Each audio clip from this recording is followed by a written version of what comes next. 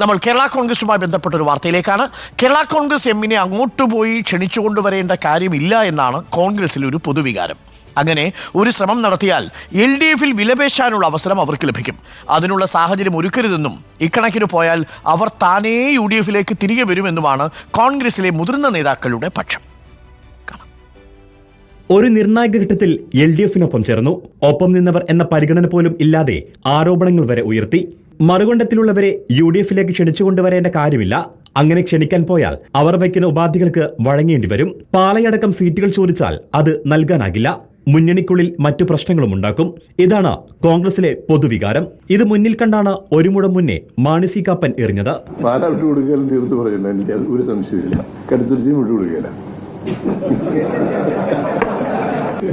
Kottayam parliament വിട്ടുകൊടുക്കാൻ പറ്റത്തില്ല.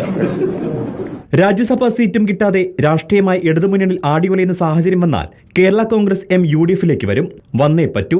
ആ സാഹചര്യത്തിൽ എതിർക്കേണ്ട കാര്യമില്ലെന്നും കോൺഗ്രസിലെ മുതിർന്ന നേതാക്കൾ പറയുന്നുണ്ട്. അതേസമയം സീറ്റ് നേടി കരുത്ത് കാട്ടിയ കേരള കോൺഗ്രസ് ജോസഫ് വിഭാഗം മാണി ഗ്രൂപ്പിന്റെ വരവിനെ അങ്ങനെ മനം തുറന്ന് സ്വാഗതം ചെയ്തേക്കില്ല. റിപ്പോർട്ടർ കോട്ടയം. അപ്പോൾ പ്രിയപ്പെട്ട പ്രേക്ഷകരെ, പ്രിയ പ്രവീണ നമുക്കൊപ്പം ചേരുന്നുണ്ട്. പ്രിയ Praveena, very good morning.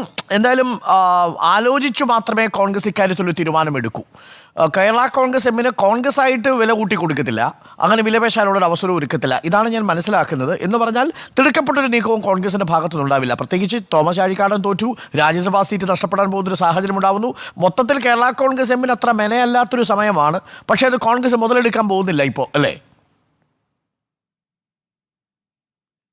Good morning Arun. അത് തന്നെയാണ് കാരണം. കേരള കോൺഗ്രസ് എമ്മിന് എങ്ങനെയായാലും കറങ്ങിത്തിരിഞ്ഞ് UDF-ലേക്ക് വരേണ്ടി വരും. കാരണം LDF-ൽ കാര്യങ്ങൾ അത്ര പന്തിയല്ല. എന്തായാലും നിലവിലെ സാഹചര്യത്തിൽ ഈ രാജ്യസഭാ സീറ്റ് കിട്ടാനുള്ള സാധ്യത തുച്ഛമാണ്. അങ്ങനെയെങ്കിൽ രാഷ്ട്രീയമായി തന്നെ ഒരു വലിയ ചോദ്യചിഹ്നമായി അവർ മാറും. ഇനി എന്താണ് ഈ പാർട്ടിയുടെ ചെയർമാനായ ജോസ് കെ മാണിക്ക് ഒരു സ്ഥാനവുമില്ലാതെ അങ്ങനെ വെറുതെ നിൽക്കേണ്ടി വരുന്നൊരു സാഹചര്യം. ഈ ഭരണപരിഷ്കാര കമ്മീഷൻ അധ്യക്ഷൻ എന്നൊക്കെ പറയുമ്പോഴും ക്യാബിനറ്റ് പദവി എന്നൊക്കെ പറയുമ്പോഴും അത് ഒരു രാഷ്ട്രീയമായ നീക്കമല്ല എന്നുള്ള ഒരു തിരിച്ചറിവ് കൂടിയുണ്ട് കേരള കോൺഗ്രസ് എമ്മിന്. അതുകൊണ്ട് തന്നെ കേരള കോൺഗ്രസ് എമ്മിലെ ഒരു വിഭാഗത്തിന് ഇങ്ങോട്ടേക്ക് വരണം എന്നുള്ള ആഗ്രഹവുമുണ്ട്. പക്ഷെ അവിടെ പ്രധാന വില്ലനായി നിൽക്കുന്നത് നമ്മൾ മനസ്സിലാക്കുന്നിടത്തോളം റോഷി അഗസ്റ്റിനും പ്രമോദ് നാരായണനും അടക്കമുള്ളവർ നിലവിൽ എന്തായാലും LDF വിട്ടുവരാൻ സാഹചര്യമില്ല. ആ സാഹചര്യത്തിൽ പാർട്ടി അവിടെയും വീണ്ടും പിളർത്തി, പതിവ് ചരിത്രം തെറ്റിക്കാതെ വീണ്ടും പിളർത്തിക്കൊണ്ടുവരാനുള്ള നീക്കം നടത്താനും തയ്യാറല്ല. എന്നാൽ എല്ലാവരും കൂടി ഒരുമിച്ച് ഇങ്ങോട്ട് വരാമെന്ന് വെച്ചു കഴിഞ്ഞാൽ വന്നോട്ടെ എന്നുള്ളതാണ് UDF-ന്റെ പൊതുവികാരം. അതിൽ